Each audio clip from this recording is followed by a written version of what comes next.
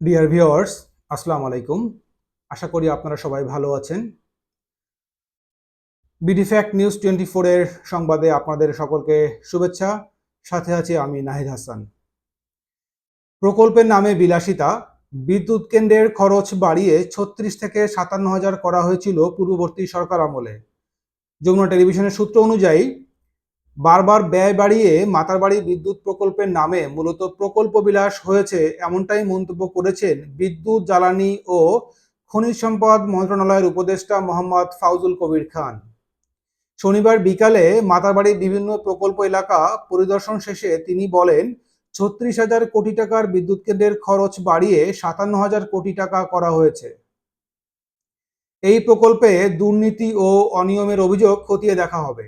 জনগণের সরাসরি উপকার হয় না এমন প্রকল্প গ্রহণ থেকে বেরিয়ে আসতে হবে বলেও মন্তব্য করেন বিদ্যুৎ ও জ্বালানি উপদেষ্টা। ধন্যবাদ।